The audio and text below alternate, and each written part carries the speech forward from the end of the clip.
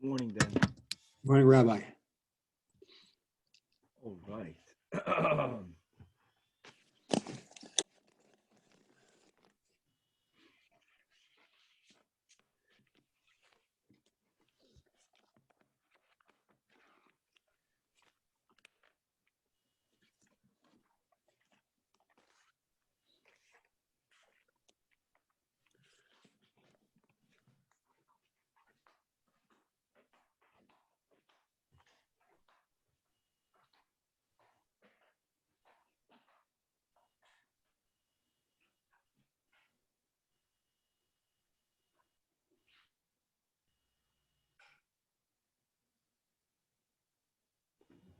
All right.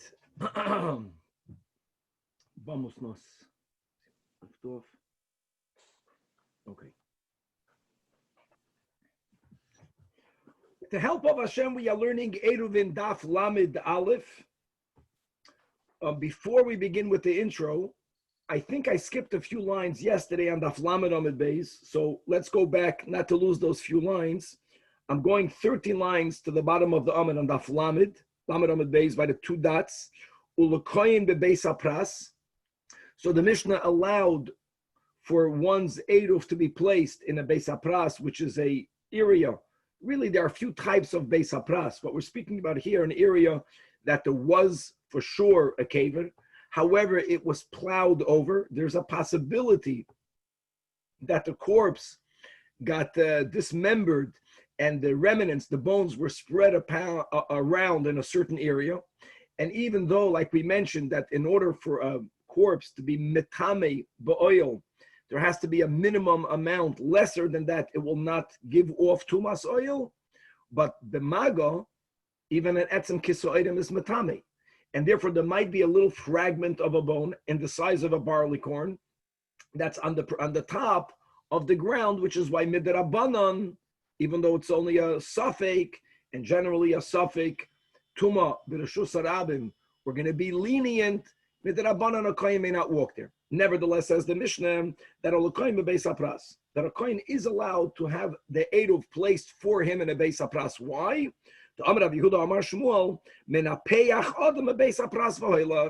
That since a person, if there is a need, if a kohen is allowed to blow, it doesn't have to be with his mouth. You know, they used to have certain kalim that were used to fan flames on the ground. And if there is a little fragment, if it's a large fragment that won't be blown away with a blower, then you'll see it. You are afraid that there's such a small fragment, it's kisoira, but you might not see it. A blower will blow it away. So there is a way for a kohen to walk through a beis hapras. And now speaking about a beis hapras, so the Gemara says that Rabbi Yehuda bar Ami Mishmei Rabbi Yehuda Amar, another rule regarding beis hapras, which is beis hapras and nidash. If many people walked on a beis hapras, many people trampled on a beis hapras, here we can presume that even if there was a etzem kisoira originally on the ground, it became fragmented as well. It became trampled upon, and therefore it became smaller than the soira. And another scenario where a kohen is allowed, even midrabanan, to walk through a beis hapras. Okay, that's just to catch those few lines. And if we learned it, then Baruch Hashem, we chazed it even better. Now we began the whole back and forth when Rabbi Yehuda holds that an eruv can be placed in a beis hakvaros. And we explained that the Chachamim argue with that. The machlokes Rabbi Yehuda and the Chachamim has to do with the question whether an oil zaruk is called an oil. In other words, since the kohen can go into a carriage and go into and be carried into this beis hakvaros, so if you hold that oil zaruk is called an oil, then he's going to protect himself from Tuma. He's allowed to enter there, which is why the eruv Rabbi Yehuda is a good eruv. The Chachamim hold that there's no way for a kohen to enter a beis hakvaros, because even if he's going to go into a box, oil zaruk, lav shemei oil. Also, going back to what we learned yesterday, it's a relatively small daf. I want to quote the Tosfos in the bottom of the Amid. We did quote yesterday the whole question regarding an airplane, and that we differentiated between an airplane and a car. An airplane is pushed in the air. It's oil zaruk. That's the way we said yesterday. And a carriage on wheels, not a carriage that's being carried, or a car, we said that there are those who hold the kula alma. It's not called a oil zaruk, even though it's moving, but it's not being thrown through the airspace. Tosfos says the opposite. There are many shitas over here. Tosfos in the bottom of Daf Lamed says, "Umar sover oil zaruk shmei oil." Dafke, when is an oil zaruk shmei oil? And moving, it's called oil zaruk, means a moving one. It's only kishemunach, only when it's taka placed, when it's on the ground. Abo b'shaz zrika, according to Tosfos, when something is being thrown through the air, afil Rabbi Yosef Bar Yehuda will be metama ba'isa shah, but metama the ba'isa shah loy chashuv oil. Wow. According to Shitas Tosfos, if something is flying through the air, l'kula alma, it's not called an oil. So nachmos, how can a kohen go in an airplane if we know that the trajectory, and we know that today, is going over a Yiddish Beis HaKvaris? There is a Gavaldik approach from the later Achronim that say that the issue with a kohen in a Beis HaKvaris is that an oil may not come near a kavod, cannot be miskared himself, he's skarevu salatuma. And when you are in an airplane, even though, yes, it's above the kavod, it's not called getting near. It's not called getting near to the point that he's allowed to go there, even though he knows it's going over the Beis HaKvaris. Because this is a Gavaldik interesting topic, but that was the first step. Then the Gemara went on top of the Amid. We quoted the Braisa. The Braisa is not speaking about placing a eruv in a cemetery in which a kohen b'chlal cannot enter the area. We were speaking about placing an eruv inside a grave, a single grave. So here again, the Gemara said that's taka not l'kula alma. The Braisa quotes Rabbi Yehuda on top of Daf Lamed Aleph. And the Gemara explains why indeed can you do such a thing. We explained how is it even possible to put food in the kavod without the food, and we spoke about truma tohira, without the truma becoming tamei. So the food, the bread, was never muksher to become tamei. We explained how the kohen can remain in an oil, or he can remain in an environment that's separated from the kavod and retrieve the food without going in there. Why that won't pshute kleyates, and he's going to hold on to it, and the pshute kleyates that he's holding on to doesn't even have a tefach with, so there's no tumas oil. And as the Gemara explained the ability of both the food not becoming tummy and the kohen retrieving the truma without the kohen becoming tummy, that the Gemara asked, if that's the case, that's where we left off. Why would anyone disagree with Rabbi Yehuda? To which we said, the Chachamim hold has nothing to do with the kohen. The whole idea of placing an eruv is that your kohen, so to say, you acquired that location. It becomes like your home for Shabbos. You are deriving benefit from the place of the eruv, since no one, not only not a kohen, no one is allowed to derive benefit from a kavod. It's asur bahana.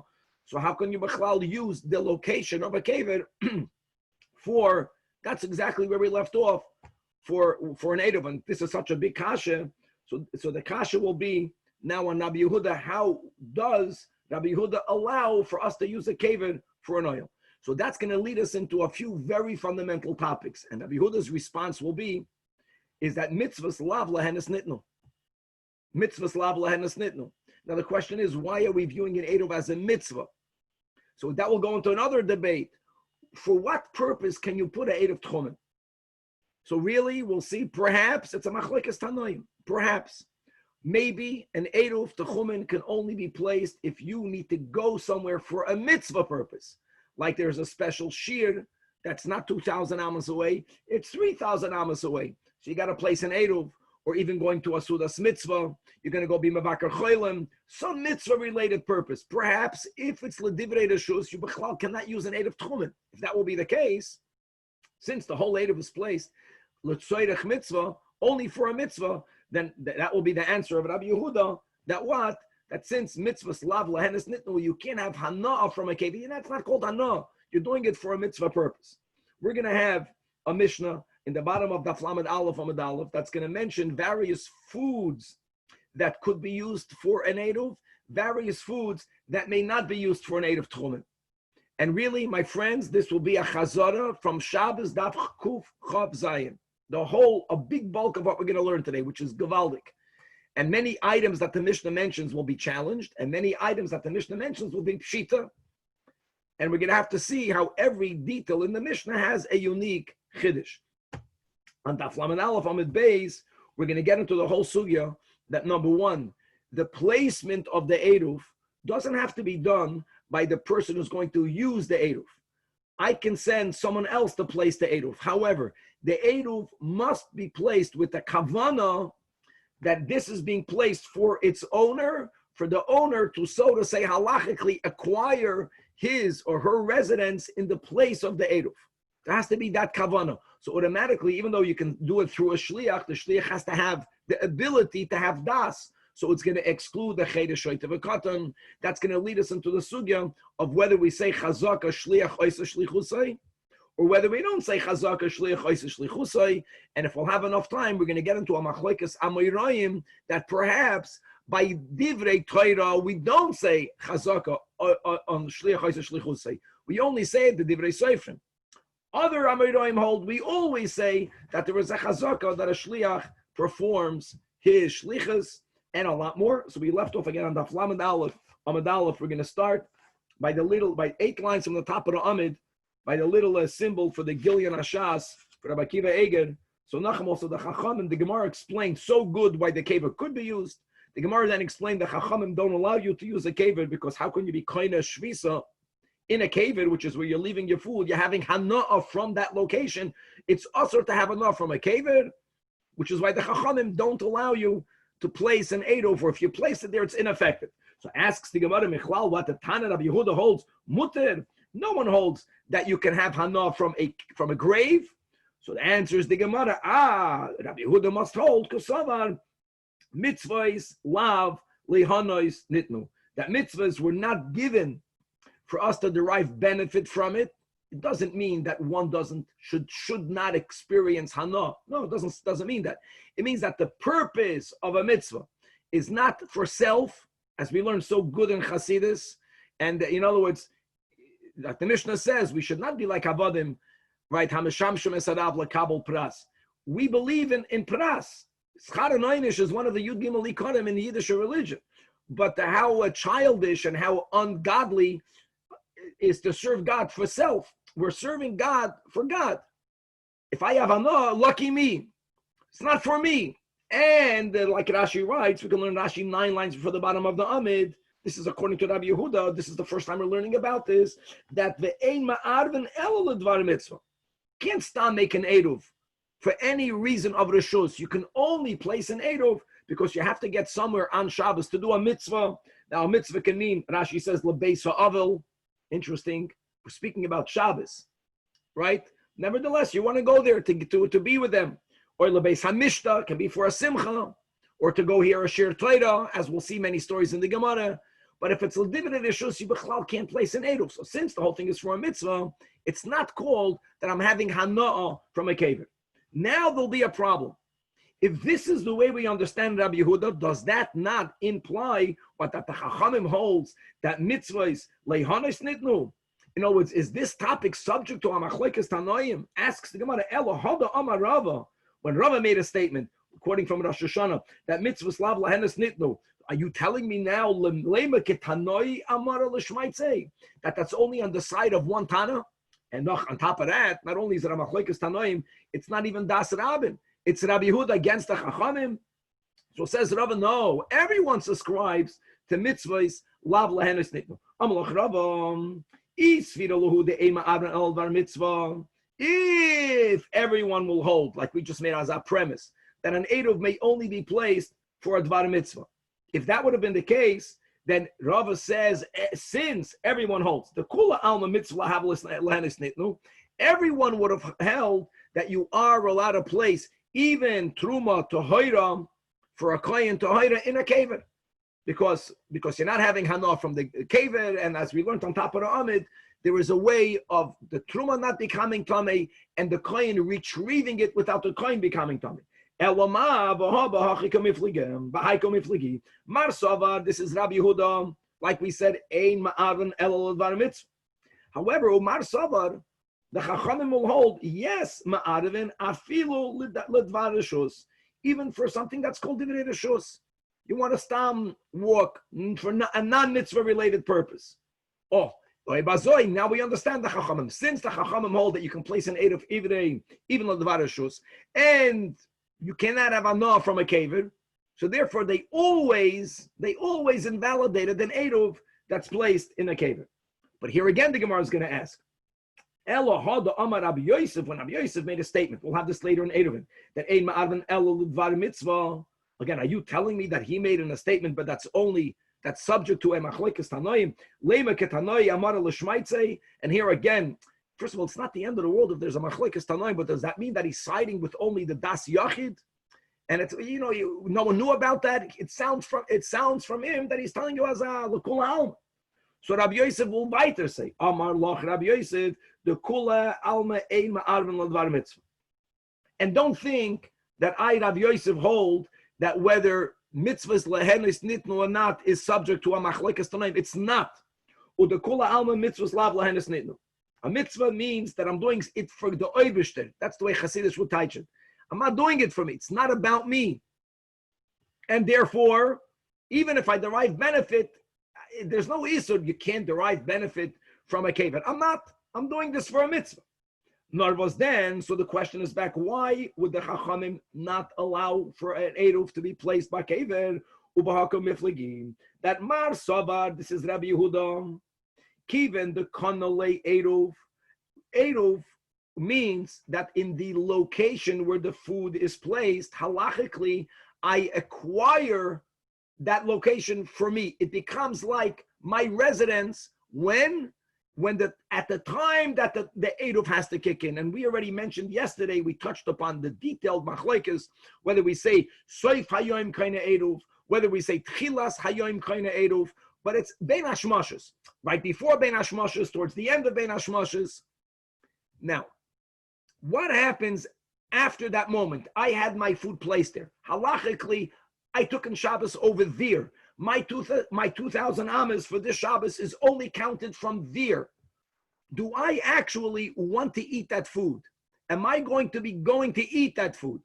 Rabbi Yehuda holds that once the eruv worked halachically for what it needed to work, the person doesn't care. He's indifferent whether the food itself will last over the Shabbos. It's going to be protected from animals, whether it will be available to him or not. He doesn't need b'chlal to eat it. He doesn't care about it. Because there are two things happening over here. There is the kaver servicing, helping the owner by allowing the owner to be koine his makim shavisa for the eruv to go into effect.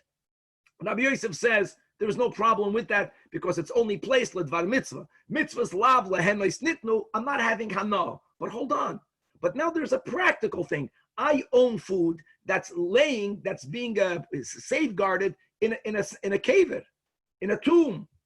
If I actually want to go eat it, if that would have been out there in the field, it would disappear. It would get rained upon. The dew would ruin it. An animal will take it. A person can steal it. Now that it's in a kaver, it's protected from me. I'm having technical hana by the fact that I stored my food in a kaver. So he understands that Rabbi Yehuda holds people really don't care whether they're going to have that full available. They only wanted it to work for the mitzvah part, for the eruv part. Once it worked, it's good.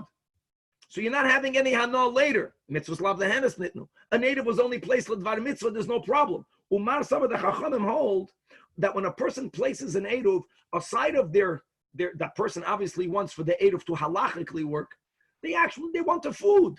They want to be able to get the food. For that, the food has to be protected. Umar Saba Nichle Lemintero. He wants that for the food to remain. He's not indifferent because the Yitzrech, he wants to know. It's like a good to know that I have myself a snack of food. Actually, it's Mazin Shtei Seudos in that location. He'll go and eat it. And therefore, that is called having hana. After it worked for mitzvah, you will have hana. You can't have hana from a kaver. So the Chachamim says placing an eruv in a kaver is never effective.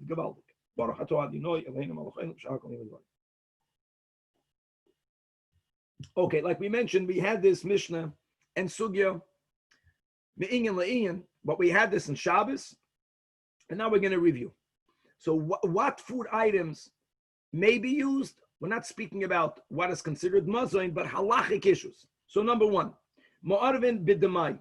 As we learned in the times of Bayesheni, Rabbi Yochanan, Kohen Gadol, and his Beis Din. made a takana. Even though roiv of the people, even what we called the Amaratzim, they separated all of the Trumas Umaisres and they were care with all of the dinim of Tumantara, but there already came a time that there was a substantial minority of people, not because they didn't care, the ikir is because they didn't know. They were ignorant. There are so many halachas. You have to appreciate the fact that Torah Shebal Peh was not recorded yet properly, right? There was still Torah Shebal Peh. People didn't know. That's why until now, the word Ama'aretz, even though it was used in a derogatory way, and the Baal Shem Tov cut that word out completely, but it means someone who doesn't know that much. And because of a lack of knowledge, there becomes a little bit of a lack of observance because they don't know. So there were certain parts of the Trumas Umaisres, certain parts that were not fully separated. We're not getting into all the details exactly what the Truma Gedolah they separated. So the Chazal said that when you buy produce from a Yama Aretz, maybe, even though it's you can follow the Roiv, but maybe, said Rabbi, said Yechon and Kohen Gadol, it wasn't fully tithed, and you have to do another few steps of separating whatever might have not been fully separated. Before you do that, it's called demai, you may not eat it. Says the Mishnah, you could use demai for an eruv. Oh, the question will be why? So we're going to see all that in the Gemara. Number two, that if you gave ma'aser to a Levi, first you separate, let's say you have a 100 bundles of wheat, you have midrabanan, according to most of the Shonim, the only fruits that have to be tithed are olives and grapes. So let's say you have apples, but let's speak about midrabanan. We have to keep, that's the whole of Fruma Yid. The difference between an Orthodox and a conservative Jew is, do we keep the darabanans? So I have 100 apples, and I have to give 2 apples to a kohen. Why 2? Midoraisa, I can give a little piece of 1. Midrabanan, an average person should give 2%. I have 98 apples left. I have to give now to the Levi 10%, not 10. Even though I began with 100, 10% from what remains after Truma Gedolah. I have 98. I have to give to the kohen to the Levi 9.8 apples. Now, when the Levi receives the 9.8 apples, the Levi has to give from his ma'aser 10%. Ma'aser min ha'ma'aser. Ma'aser min ha'ma'aser. So once that was separated, once the ma'aser already had truma taken off from it, then number one, the Levi can eat it, and we're going to learn elsewhere that there is a machloikes tanoim, whether there's kedusha in the ma'aser. We're going to follow here that once that happened, ma'aser is mamoin of the Levi, but there is no kedusha. It may be eaten even by a Yisrael, and it could be used for a native because it's fully tithed. Here the kasha will be like by demai. How could you? Here the kasha in the Gemara will be pshita. Of course, we'll get to that. Every detail in the Mishnah has a chiddush in it. Next case, that if you have ma'aser sheni is, I'm going back to my apple story. After I separated now the 9.8 apples, and I gave it to the Levi, from what remains, I separate another 10%. And if I am in the first, second, or fourth and fifth year of the 7-year Shemitah cycle, that is mine, the owner's, but I have to eat it in Yerushalayim, or I have to redeem it, and the money has to be taken and used for food or drink, or something that I'm going to anoint my body with, which is like drink, and have that done in Yerushalayim. So if I have ma'aser sheni, or there's hegdish, that shenivdu, it was redeemed. Hegdish can be redeemed, not always, but sometimes. So once those items were redeemed, the kedusha leaves it. It can be consumed by anyone. That may be used for an eruv. And again, the Gemara is going to ask pshita. Next, then, kahanim can use challah. Now, the Rishonim speak out. This doesn't necessarily go into the machlokes we had on the first Mishnah, right? Whether the eruv has to be edible for the owner, which would mean that only Kohanim can use challah. Or we learned other shittos that hold that as long as other people can eat it, I can separate it from my eruv. That would mean that even a Yisrael could use challah for his eruv. Could be the Rishonim say. We're just speaking practically. Who would have challah? A kohen. A kohen can use his challah. Again, the kasha will be pshita. Avol, loive tevel, but you can't use tevel. Again, pshita. Tevel cannot be eaten. Nor can the Levi use his ma'aser before the Levi separated ma'aser min ha'ma'aser, or beloy ma'aser sheni ve'hegdish that were not redeemed. Mamash, every single case of the Mishnah is either how could you or pshita. And let's go. So first of all, Damai. The first issue. The Gemara says, how can you use Damai for an Eruv? Holei Chazile. Answers the Gemara.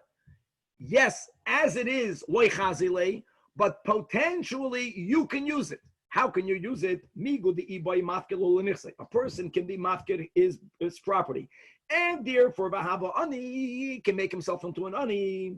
And once one is an Ani, the Chazule or Ani is allowed to eat the Mai, the Takanas, Rabbi Yechanan, Klein Gadol, Ubeis Dinoi of the Mai was Lechatchila never, according to Beis Hillel, not an Aniyim, nor in other sub-Aniyim categories, as we'll see again in Machlekes B'Shamei Beis Hillel. So you can become an Ani. Even though you're not an Ani, you can use the Mai. Hashanami Chazilei. In other words, the whole concept that an Eruv doesn't have to be mamish edible, it has to be potentially edible. Ditnan, Machilin es Aniyim Demai, turning to the Flamed Aleph, Amid Beis, and likewise, Ve'es Achsanya, and Achsanya means Yiddish soldiers that when they traveled, the rule is that whenever they passed through a village or through a city, the locals used to take them in as guests.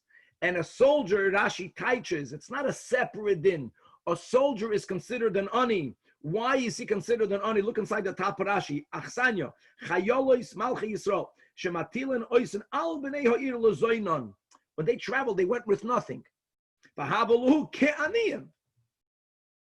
Though they didn't have bank cards, they didn't have credit cards. If you're a soldier, the only thing you can schlep with you is the gear that you need for the army. So what do you have on you? Nothing that's yours. So you have nothing. Even if you own money at home, even if you own a home, if you have nothing with you right here, it's interesting, you're called an ani. And therefore, as an ani can eat the mai. You can feed them the mai. And top line in the Gemara, we just had this a few daf ago that this is really Machlekes B'Shamei Beis Hillel. Amar Afuna, I want you to know that Tane, really to know the sugya completely, we learned in the Braisa that Beis Shammai Yoimnim ain't Machilin Asaniyim Demai. Beis Hillel Yoimnim Machilin Asaniyim Demai. Just to make it clear that our Mishnah, obviously, B'Shamai Mamakim Beis Hillel is a Mishnah that we are following Shitas Beis Hillel. Next item in the Mishnah, you could use Meiser Ishoin that the Levi separated Meiser and Meiser. So the Gemara says, Shkoyach, of course. That's exactly, he did all the steps. Pshita, not loy. Not pshita. It's needed. What is the case of the Mishnah? Also including, and that's the case of the Chiddush, Shekdimu Bashibolim. It's good to review these dinim the whole time. Shibolim means ears. Grain grows in ears. The Chalois Chiyuv. When is the person, the owner, Mechuyev, to separate Trumas and Meisres from when the product is a finished product? It's called Gemar Malacha. Now, there are other details to that. If you are not going to be selling it from your threshing floor, if you are planning to take it home, then actually the chiyuv is when there's re'iyas penei habayis, when it actually goes into the home, the normal matter. These details are not negated for right here. So when a person in the field not only separated the kernels from the shibolim, it's already out, but you winnowed it, as we learned in the Mishnah and Shabbos, Benegea the Malachas. We went through the Sidura, the Pas. You winnowed it, right? And then you put it in a pile and you smoothed out the pile. Smoothing out the pile is called mei ruach. And normally when a person was in the business of selling grain, the purchasers would go to the fields and they would buy it over there in the pile from a smooth. So the mei ruach is the point. From then onwards, you're mechuyev to separate trumas u'maisres, and the klal is that you have to separate trumas u'maisres under seder that the Torah prescribes. We're not even speaking here about bikurim. Let's just focus on truma and meiser. First truma and then meiser. Now, what were to happen, like we gave the numbers, if a person first gave meiser edition? So they have 100 apples. Meiser edition is 10%. If they would have given first truma gedolah following the midah beinanis, then they would have given 2 apples to the kohen. Now they would have had only 98 apples. So how much would the Levi receive? 9.8, 10%, which is good. If the person gave Ma'aser edition before Truma Gedolah, he's giving 10%, but he's giving now 10% from 100. How much did the Levi get? He got 10. How much more did the Levi receive? The Levi received 0.2 in addition. On whose cheshbon? On the cheshbon of the kohen not getting Truma Gedolah. Now that the Levi has to give Ma'aser and a Ma'aser, that's clear. whatever the Levi gets, he gives 10% from it. So if he gets 9.8, he gives from that 10%. Question is, does the Levi have to first give the 0.2 to a Kohen in addition to the Meiser min HaMeiser? Why would he have to give it? Because the owner made a mistake. He was Magdim, right? Sheikdimu. He gave to the Meiser, he gave first Meiser Rishon before Truma. So the rule is like this, that if he was Magdim Bakeri, if after the Chalois Chiyuv, he changed the order, then then the Levi not only has to give Meiser min HaMeiser, first the Levi has to give 0.2. Then he gives Meiser min HaMeiser, and only then can the Levi eat whatever stays. But if Sheikdimu Bashibalin, if the owner gave the Levi Meiser Rishon before he gave Truma Gedoyla, but when all of the produce was before the Meruach, L'mashul, when it was still on the ears, when it was still on the stalks. So here the halacha is that the Levi does not have to give Truma Gedoyla. All the Levi has to give is Meiser min HaMeiser. And that's a chiddush. That's the case of the Mishnah. That as long as he gave Meiser min HaMeiser, we don't say to the Levi, "Ooh, you can't eat the rest because you didn't give off Truma, and the owner didn't, and you didn't. You can't do that." No, here he could. Here the Levi ends up with an addition. But the first the Truma Gedoyla, that the 0.2 that we explained, and that is okay. And as was taught, that Meiser Rishon Sheikdimu Bashibalin completely is puttered mitruma gedoyla. And how do we know that? Because we have a pasuk in Koirach where at the end of Parshas Koirach is where the Torah reiterates the Chav Dalet Matnos Kohuna, including that the Kohen even gets from the Levi Meiser min HaMeiser. Separate, you Levi, separate from your gift. Trumas Hashem, which is going to be called Meiser min HaMeiser. So there's an extra, right? Meiser min HaMeiser. The Torah is saying all you need to separate your entire truma is only Meiser min HaMeiser. Meiser min HaMeiser amarti loch. V'lo truma gedoyla u Meiser v'trumas Meiser min HaMeiser. Okay.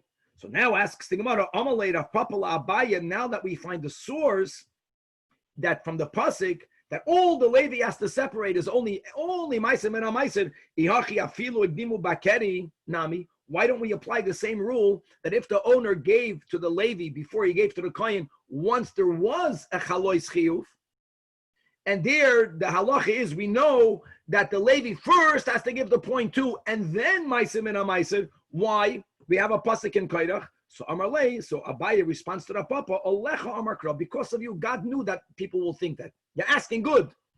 So Hashem responded to you, and he's quoting another pasuk where it says, Mikoil Masrei Seichem, from all you, Levi, from all of what you receive, Torimu Es, and here we have an extra word, Kol. Kol Trumas Hashem. The Torah could have said, Mikol Masrei Seichem, Torimu Trumas Hashem. You, the Levi, separate a separation. Kol comes to include that the Levi has to give more than Meiser min HaMeiser. So that must refer to another case. So we logically are saying that the pasuk that all you need to separate, that goes to Higdimu Bashibalin. And this pasuk, Mikol Masra Sechem Torimu, as Kol, that goes Higdimu Bakeri. Umara Iso, how do you know which pasuk to apply in which scenario? So it's a logic. If we have an inclusionary and an exclusionary, we use seichel. Hi, when you already have it in a pile, since idgan, it's called in the Torah dagan. Dagan is a word that can only be used when it's already bakeri. And really, there's another part of this chazal, which we have a few times throughout Shas. The last time we had it, there's another pasuk that Rashi reminds us of. It's a pasuk in the pasuk in Shoiftim. The pasuk in Shoiftim says, Reishis digancha titanoi. This is what we have to give to the Kohen. Reishis, the first of your dagan, God is speaking to the owner. The first gift to the Kohen. In other words, when it's dagan, I have to give to the Kohen Truma Gedoyla before I give to the Levi Meiser.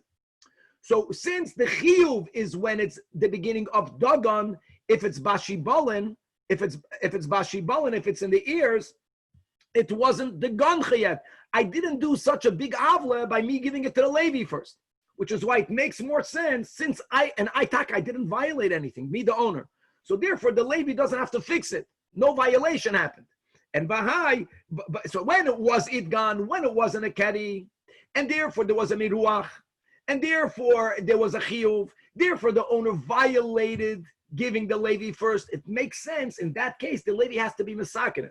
But if it's still Bashibalin, and again, Bashibalin doesn't dafka mean when it's in the stalks. Bashibalin can mean in any moment before it's Dagan, before the Meruach. So it makes sense, since Layidgan, since the owner who gave first to the Levi did not violate any Yisurim, the Levi doesn't have to fix it. And it is there that we apply the pasuk, only Maisim in Maisim and not Trumas Maisim. And that's the case of the Mishnah. Next. So again, the Gemara asks Pshita, if it was Nivdu, so why would you think not? Like, no, it's not Pshita because it's needed. Both by Hegdish as by Maiser Sheni. If I, the owner, the one who grew the Maiser Sheni, the one who separated the Maiser Sheni, if I'm redeeming my own Maiser Sheni, like if I'm magdish something that could be redeemed, if I'm the one that's redeeming it, not only do I give the value, I have to add a halachic fifth. What happens if I gave the value, but I didn't yet add the fifth? I owe the money, whether it is to be used for Maiser Sheni, I owe the money to the Beis HaMikdash, but the item itself is redeemed. So the Kamash Malan, that the Ein HaChoimish Ma'ake for the item to be Nivde. I have a chiyuv, I owe, but since the item itself, the choimish is not essential, that's the chiddush of the Mishnah, it may be used for an eruv. Next case, avoloi betevel. Tevel may not be used. So Gemara Pshita answers the Gemara loy tzricha. Betevel tovel midrabanan. It's produce that only has to be tied midrabanan. You might think that since to begin with, let's go with the Shita, that walking beyond the 2,000 amas only asur midrabanan. I don't even need the aid of Tchumen. So the whole need is for the Rabbanon. Maybe I can use food, even though the food is tevel, but only midrabanan. And where would you have a case where something only has a chiyuv midrabanan ukik goin? Now, if these Mishnayos would have been learned in Bavel to begin with, all the produce in Bavel and the other arotzos upon which the arotzos that are near Israel midrabanan have to be tithed. Syria, we're going to learn about this. But even in Eretz Yisrael, there are times that even Dagon is only mechoyev midrabanan, which is kegon shezaroi ba'atzit she'eino nakuv. That when are you mechoyev to tithe something when it's growing in the ground? Not only does that include the ground itself, but if something is growing in a flower plot, as long as the pot has a hole in it, right, a hole that's big enough to allow a root to go through it, it's yoinik from the ground. But if it's in an unperforated pot, even though it's getting nourishment from the air, but it's not from the earth that is connected to the earth, midaraisa, you are exempt. Midrabanan, you're mechuyev. That's what the Mishnah is telling you, that even if the chiyuv of giving trumas and you did not yet, so it's tevel midrabanan may not be used. Next case in the Mishnah was so again, Pshita, if you didn't separate truma, if the Levi didn't separate truma, I'm sorry, if the Levi did not lochayda, that means if the Levi did not give meiser and a meiser, it cannot be eaten. Why? The case was shegdimu bakari. So what happened is that the owner gave meiser ishin before truma gedolah. The Levi gave meiser and a meiser. The nitl memenu trumas meiser. Eloma, but the nitl memenu truma gedolah. And Mao the Teimek the Amalei of Papa Labai, when he asked him the question, why don't we use the first pasuk in Koirach to exempt the Levi? And if that would have been the case, it's already good. Komash Malan Kedushanin lay from the other pasuk, right? Mikol Masrei Sechem Torimu as Kol Trumas Hashem. Next case in the Mishnah was V'loy Ma'aseh Sheni V'Hegdish Shaloi Nivdu. So again, Pshita, if it wasn't redeemed, of course it's not edible. Answers the Gemara, Loy Tzricha Shepedan. No, the guy redeemed it. Eloma V'loy Pedan Ka'alacham. So, for example, when it comes to Ma'aseh Sheni, what's that? You redeemed it not Halacha Shepadoi Algav Asimon. That if you have a unminted coin that has value because it's made out of metal that has the weight of the metal, it can even be gold, even gold. If it's not a coinage, the definition of a coin is that the kings used to put the image of them or an image of who knows what in the coins. That's called a minted coin. if there's a halacha, there's a rule from the Eibishter, it's doiraisa, that Maisa Sheni needs to be redeemed dafke, not on something that's worth money, not even on a asimon, which will become a coin. It has to be a minted coin. And that's based on the pasuk in A, where the Torah says, regarding the one who redeems the Maisa Sheni, v'tzarto hakesav. Literally, v'tzarto means that he will bind the money in his hand and go to Yerushalayim. Who needs that word? Take the money and go to Yerushalayim. What's v'tzarto? So Chazal tell us, that's to tell us that kesef sheyesh olav tzura. And if you redeem Maisa Sheni on something that doesn't have a image in it, it's not a minted coin from a government, then it was ineffective. And that was the case. So he redeemed it, but it wasn't kaloch. Hegdish, what will be a case of someone attempting, doing an act of redemption, but it halachically not being valid? Shechiloloi al gav karka, that if you redeem hegdish on real estate, it's not good. The Rachmana Amar, and we're quoting words that are not in the same pasuk. Like Rashi brings the entirety of the pasuk in Bichul Kaisai, but the point is kesef, that when you redeem karka, you have to give money, and not even real estate is valid. And that's why, since you did an act that's halachically not valid, that item, that food may not, that hegdish may not be used for ERUVIN. Okay. Rabbi, I'm just curious. With the minting coin, does it matter if it's like a Avodah Zarah? Like, what if it's pressed with like some kind of a Avodah Zarah symbol? You're asking me a very good question that I don't know the answer to. Just if people didn't hear, what happens if there's a coin? I have a coin that I got from my mother, that got from her father, that has Yud Kei Vav Kei on it. It was Yud Kei Vav Kei. It was minted in Russia in 1646. Can you imagine? Now, what happens? And there's kedusha to that. What happens if, God forbid, there's the opposite? So that's what Chaim is asking. What is there an issue? Could be. I don't know. I don't know if the coin can ever become an avodah zarah because it's made for currency. That's why I'm thinking. I know that the symbol is not kosher, but will it get the status of an idol? I would even argue that l'chayra, there were many times a cross on a coin. L'chayra. All the kings, they had crosses everywhere. It's just interesting they would still take it, because what did they do with it? You know? Coins also, no one gives cover to coins. People worship the concept of money, but you put a coin in your back pocket and you throw them. It's not... Right. Okay. It's interesting. Let's leave it open. Okay, now we're moving on to the following. Now we're moving on, like we mentioned in the intro. First of all, there's something called to be ma'arev beraglov, just to put it out there. Being ma'arev beraglov means that, again, the concept of Erev Techumen is, I'm here, and I'm allowed to walk, even midrabanan, up till 2,000 amas from my halachic place. I'm saying halachic place because I don't begin measuring from where my feet are. Even if I'm out there in the field, to begin with, I have 4 amas in each direction. You only begin measuring the 2,000 amas outside the 4 amas. If I'm in a city, I only begin measuring the 2,000 amas outside the periphery of the city. And sometimes it's even further out than you think. But there comes a point that you have to start measuring out there 2,000 amas. And I want to go to a location, and let's go with what we learned on Amud Aleph, that there's a great lecture, there's a great Torah shir being given in a nearby town, but the nearby town is 3,000 amas away. I'm mentioning 3,000 amas because even with an Eruv, if the other town is beyond 4,000 amas, an Eruv won't be able to help you.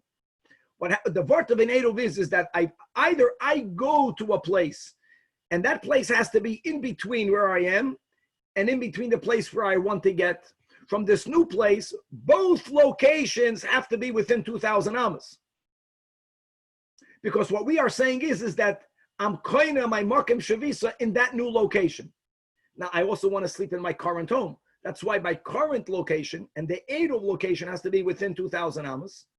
But the goal is for me to be able to go further in that direction.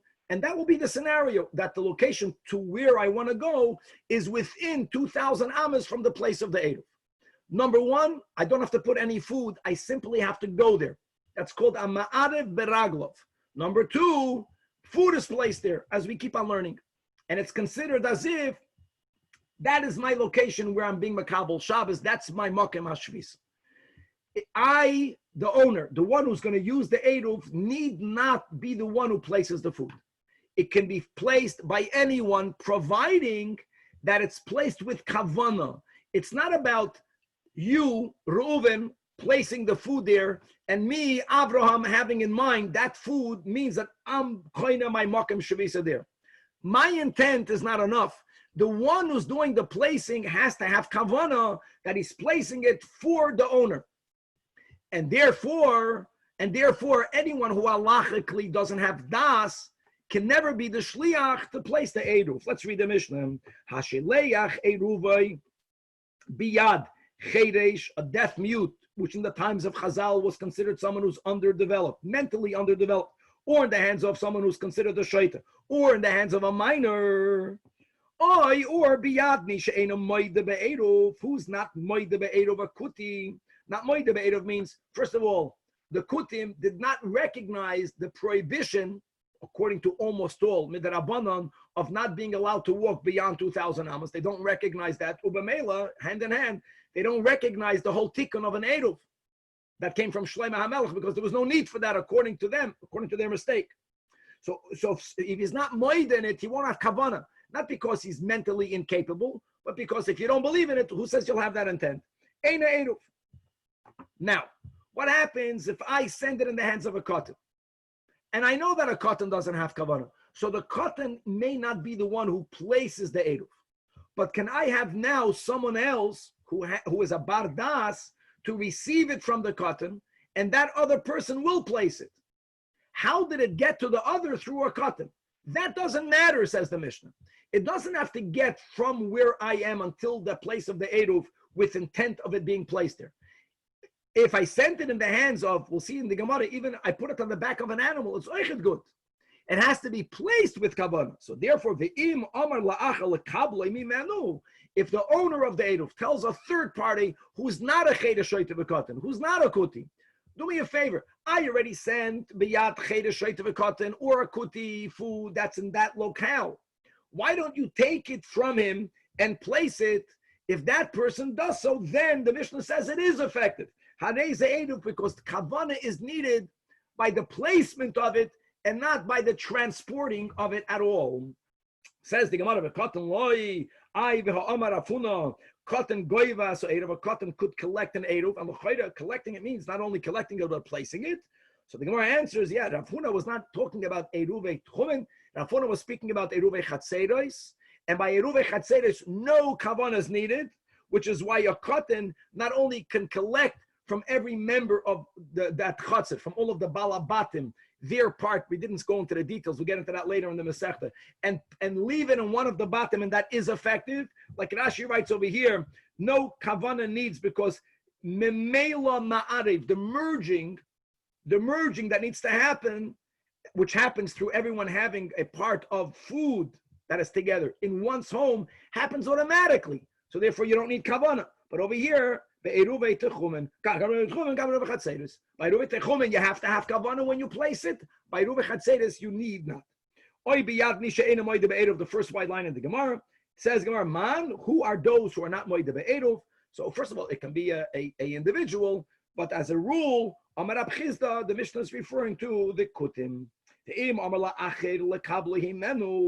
As long as the acher, who is a bardas, whose moide be'eruv is the one who places it, harei eruv. Now the Gemara is going to ask a technical question, which is, I sent a chedesh, then I sent another person. First of all, how can I rely on the eruv? First of all, maybe the chedesh never reached the competent person to give him the eruv. So answers the Gemara that just like Rab Chizda said elsewhere, we'll see soon the elsewhere in a few lines, that technically it's only valid if the owner sees the incompetent one actually meeting the competent one. They saw them together. Asks the Gemara, just me seeing them meeting, who says that the one who's able received it and placed it? The so he for that, elsewhere, we'll see again in a moment the elsewhere. I don't actually have to see the bardas placing it. I have to see the chedesh or cotton meeting, and therefore I know that he got it. Once they met, I could presume that he did his shlichus, that he received it from the non-bardas, and he placed it in the location that I asked him to place it in with the right kavanah. Why is that? Because of the rule that chazaka shliach chayse shlichusay. So just like Rabbi Chiel said it elsewhere, we'll see in a moment where hachinami chazaka shliach chayse shlichusay. Says the Gemara, v'heche itmer, both of Rabbi Chizda and of Rabbi Chiel. Answers the Gemara, aha itmer, detanya, nesonoi lapil lohoilichoi. If someone needed to get his eruv, again, we're not going that far, right? 2,000 amma is around a kilometer, so he put it on his elephant, and the elephant, he knows, goes in that direction.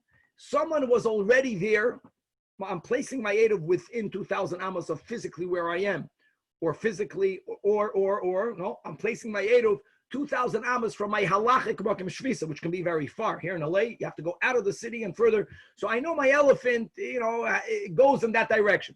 I can put it on my back, or lakoif, or if I put it on the back of my monkey, v'hoilichoi ein ze eruv.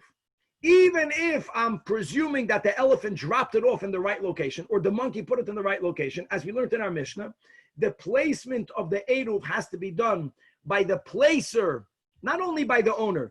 With kavana, they don't have kavana, and therefore, says the Braisa, ve'im amar la'achal lekabli himenu, I only put it on the back of my animal to get to that area. But I already asked someone else, a competent bardas there, to receive it, then it's an eruv. It wasn't this Braisa. So they asked, just because I put it on the back of my elephant, maybe my elephant he never reached the guy who was supposed to receive it from him. No, it only works. It's only if the owner saw them being together.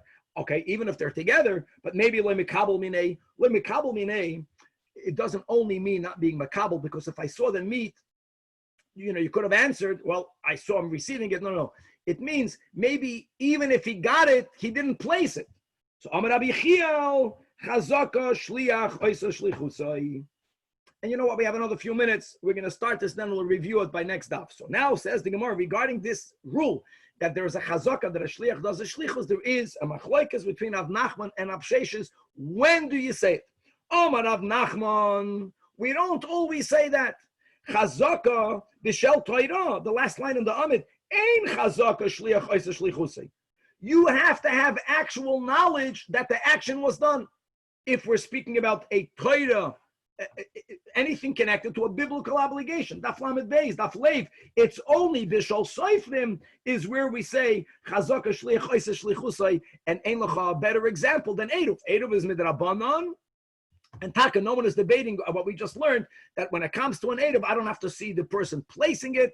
I can presume so. However, Rav Sheshes says that echad zeh, we always say chazaka shliach oisa shlichusei. And we're going to have a big shtickle on Daf Lamed Beis, many attempted at least proofs of Rav Sheshes to show from different works of Tanoim, from different parts of Torah Shabbal Peh, that we even say this by a Shal Torah, and how Rav Nachman will respond to Rav Sheshes, God willing, to be continued. All right, there's going to be a Gavaldike word on Daf Lamed Beis that even if you say Chazaka, ein Chazaka, the Shliach Oiseh Shlichusai, that's only if the shliach is doing it mitzat shlichus. Mitzat shlichus means that it's not his thing. He's doing it for someone else. The moment it becomes the inyan of the shliach himself, then for sure he'll do it. Which is maybe why, or one of the reasons why the Rebbe made a fact that it's our achrayus to bring Mashiach. Not doing the Rebbe shlichus. It's my issue. It's my responsibility. Then, according to everyone, even b'shal Torah, the person is going to do it, as we'll learn a lot. Now, guys, we are lucky that the next few dafim, like this daf, is relatively small. Let me see how my day goes. I'll put out a text soon. Maybe we should learn one daf Motzei Shabbos. It's going to be small dafim, and that will allow us to learn another 2 daf Sunday morning. But we won't have to start at 6. Daf Lamed Gimel, if you can see, and Daf Lamed Daled, relatively are not big dafim. Neither is Lamed Beis. Maybe if we learn one daf Motzei Shabbos, we can get that in 45 minutes, and maybe we can start even 6:30 or 6:20 Sunday morning, because we have to get more dafim ahead for Yom Tov. I'll let everyone know later today. Good.